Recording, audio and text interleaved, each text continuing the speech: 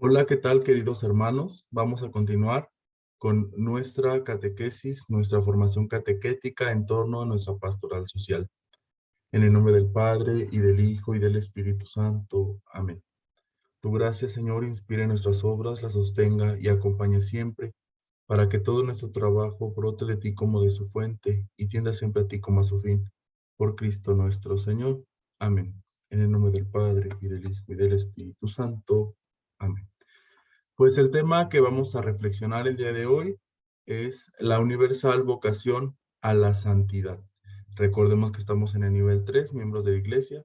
Hemos estado reflexionando precisamente en esta materia eclesiológica sobre la Iglesia y su tarea en el mundo, su importante participación en la sociedad.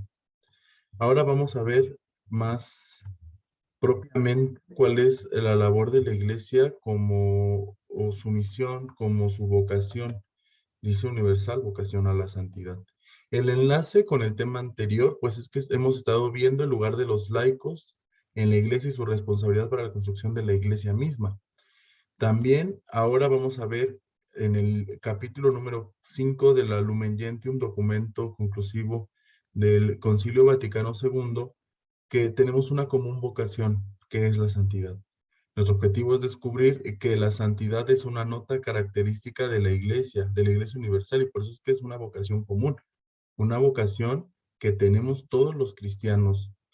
Y también asumir nuestro compromiso con una vida de seguimiento al Señor. Tenemos este esquema que se propone para sintetizar el tema del día de hoy. Tenemos en la parte de arriba que Dios es santo, esa es una realidad innegable.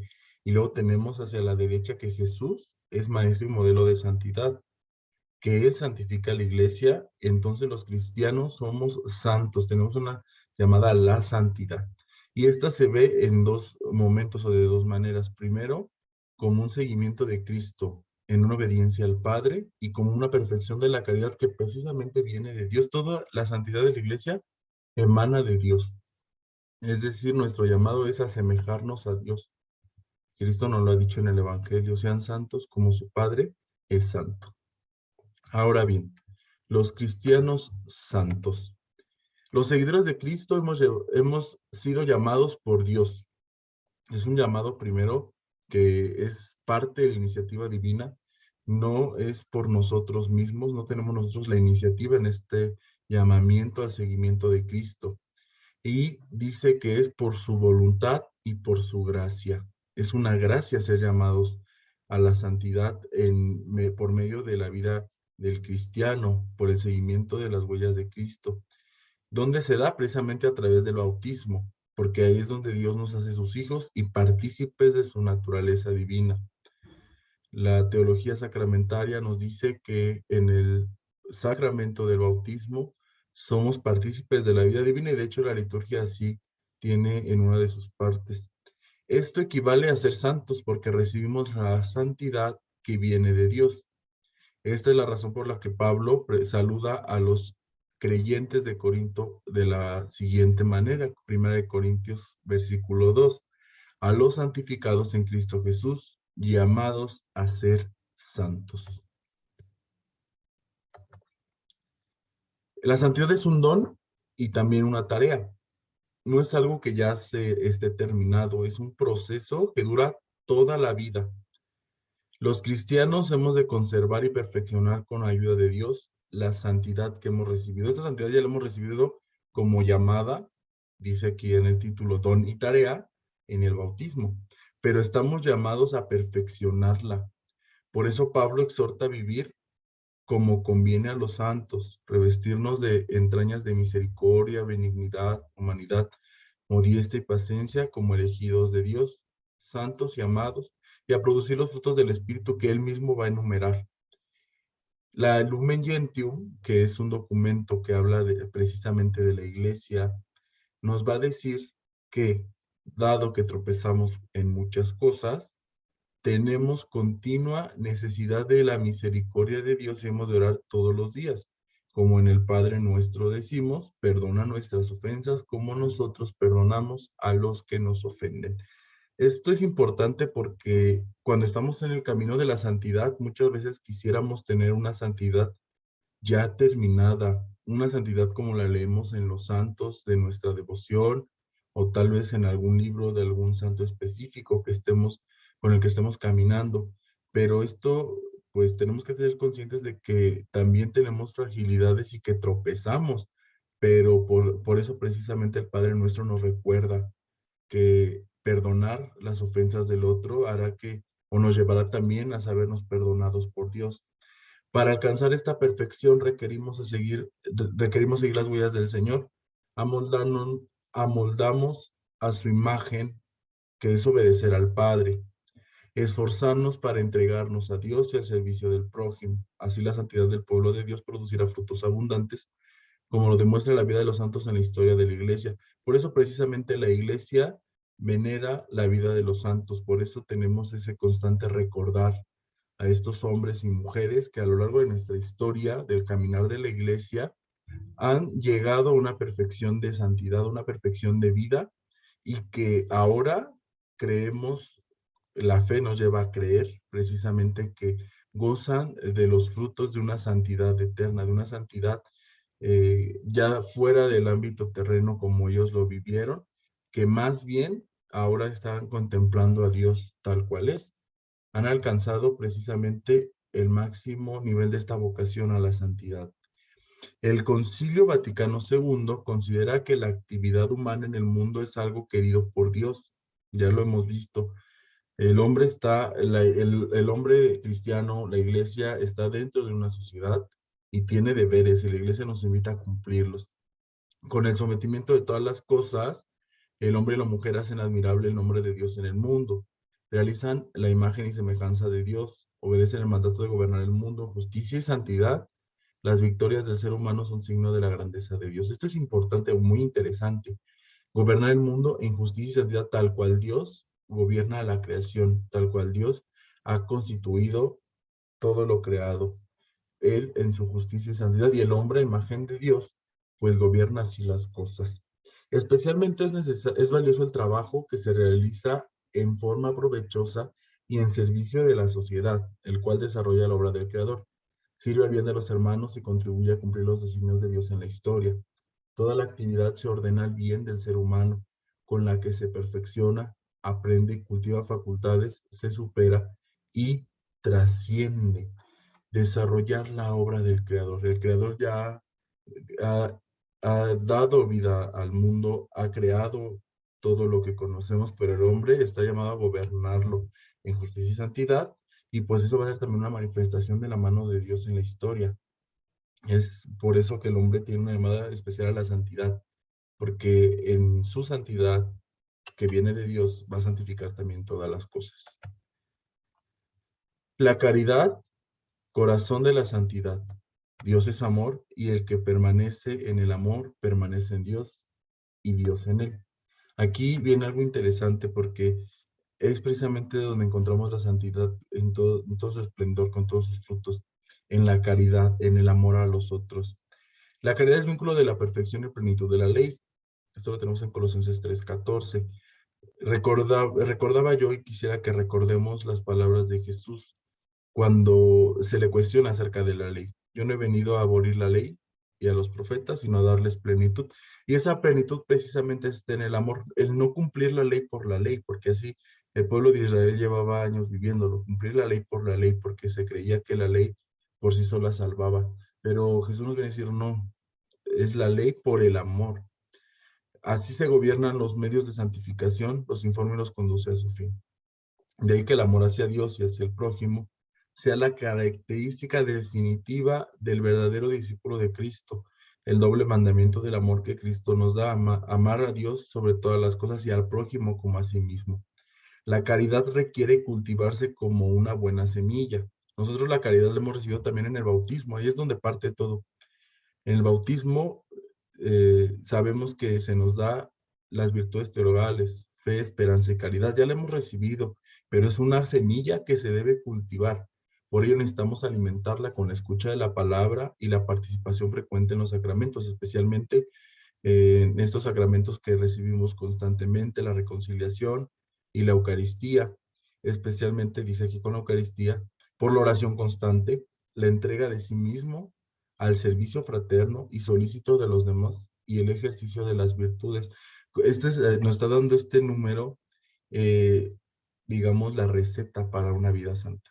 La participación en la Eucaristía, una reconciliación constante con Dios, una oración, orar por los otros, orar por mí mismo, para que el Señor me santifique, la entrega de sí mismo al servicio. El servicio es un medio de santificación extraordinario, un servicio que aparte nos dice que es fraterno y solícito, y también el ejercicio de las virtudes.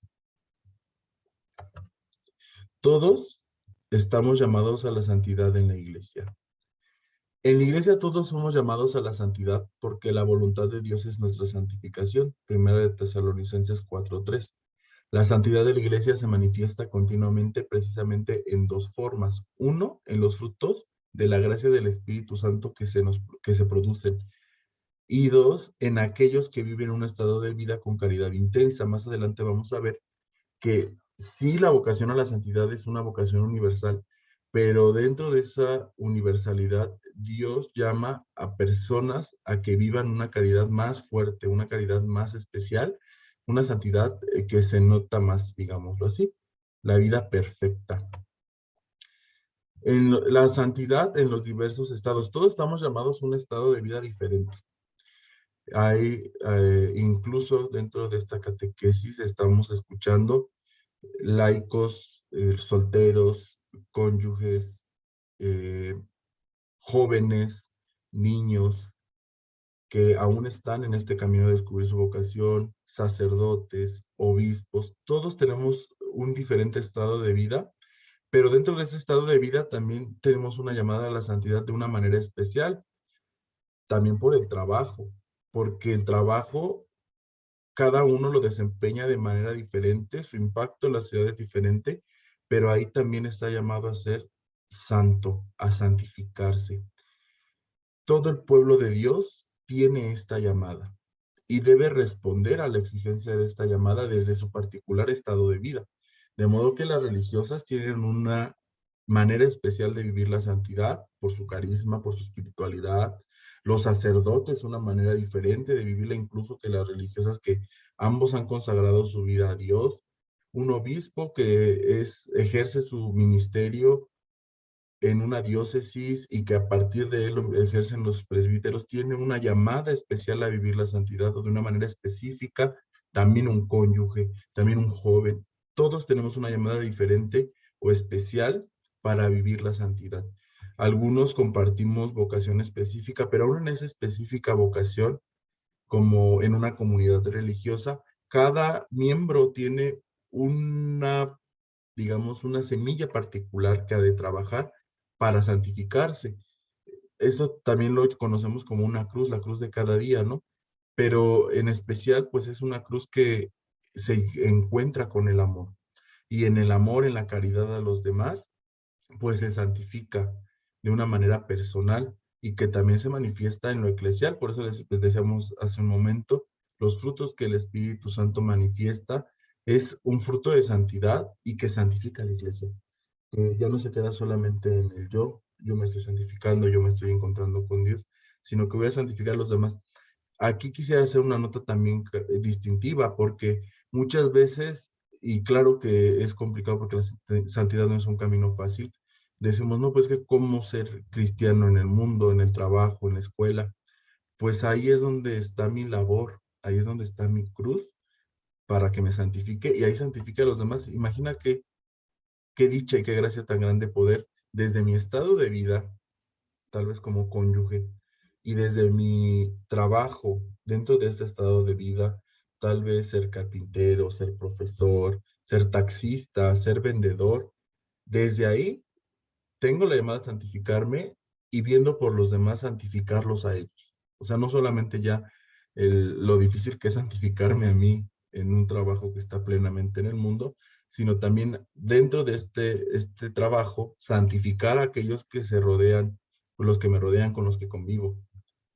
Luego, pues nos habla el Lumen Gentium de los consejos evangélicos: castidad, pobreza y obediencia. Los presenta el concilio como la parte de la vida y santidad de la Iglesia. La perfecta continencia, dice el Lumen Gentium número 42 por el reino de los cielos, ha sido considerada en la tradición de la Iglesia como grandísima estima, señal y estímulo de la caridad, manantial extraordinario de espiritual fecundidad en el mundo. Junto con ella también posee elevada consideración la aceptación de la pobreza con la libertad de los hijos de Dios y la renuncia a la propia voluntad por el fin de asemejarse a Cristo, pobre y obediente. Castidad, pobreza y obediencia son los consejos evangélicos que tenemos y que precisamente los religiosos siguen. Todos los religiosos hacen votos de castidad, pobreza y obediencia, pero muchas veces creemos que estos votos son solamente para ellos, o que estos consejos son solamente para ellos, que los toman como voto, como una promesa frente a Dios directamente para vivirlos durante toda su vida. Por eso ellos tienen, y se dice que viven una vida perfecta, porque llevan a la práctica estos consejos.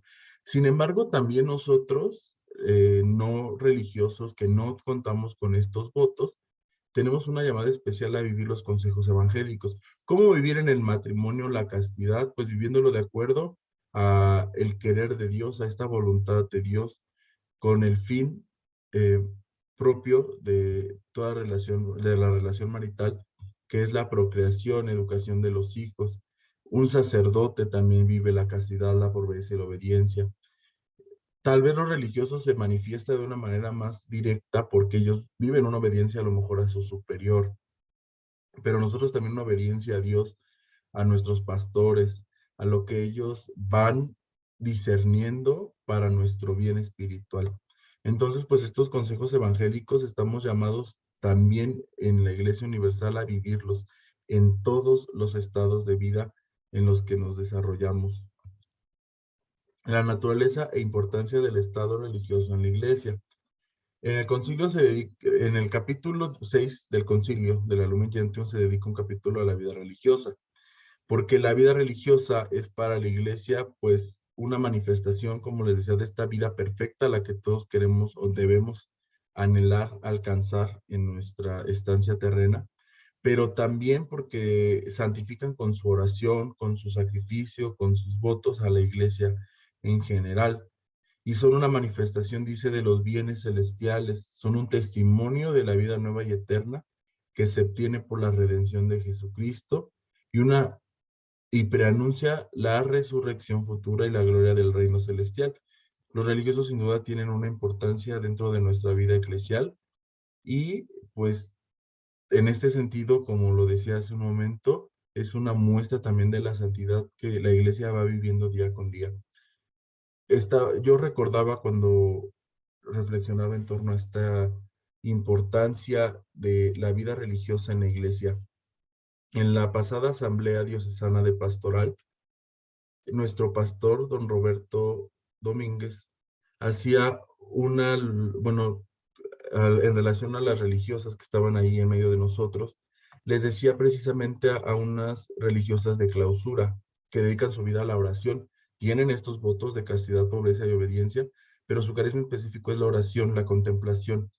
Y les decía que era importante que vinieran con nosotros a la asamblea para que ellas supieran por qué orar, que estuvieran llenas del camino diocesano y supieran cómo orar y qué pedirle a Dios, que se empaparan de lo que nosotros estamos trabajando en la vida activa. Hay religiosas de vida activa que están trabajando también en la iglesia, en la pastoral, pero estas hermanas que están en la vida contemplativa lo lleven a la oración y pues ahí sin duda encontraremos muchos frutos como iglesia diocesana. Estas palabras de don Roberto pues expresan el papel de los religiosos contemplativos en la iglesia, cómo santifican al mundo, cómo santifican a nuestro trabajo, pues con su oración, con su entrega, con su sacrificio. Y pues decimos en el credo, creo en una iglesia santa. Es una nota característica de la iglesia es santa, y así lo profesamos en nuestra fe. Esta profesión es un llamado y obligación. Es un llamado porque es considerar que la iglesia es santa, pero es la obligación de santificarla. no solamente es un decir, sí, ya la iglesia es santa, sino es una iglesia santa porque yo trabajo por santificarla.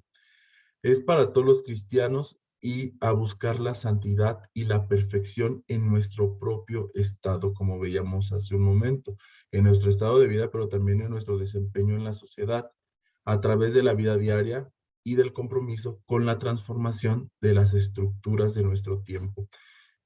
Es una nota también muy característica del Concilio Vaticano II. Su propia naturaleza pastoral nos invita a eso, a una transformación de nuestro tiempo, a una cristianización de la realidad y de la sociedad. Pues es eso precisamente la santidad. Mi santidad que se expresa en los demás, porque santifica el mundo, porque santifica la sociedad, y en general pues santifica la iglesia, es en donde se ven más los frutos, en la iglesia.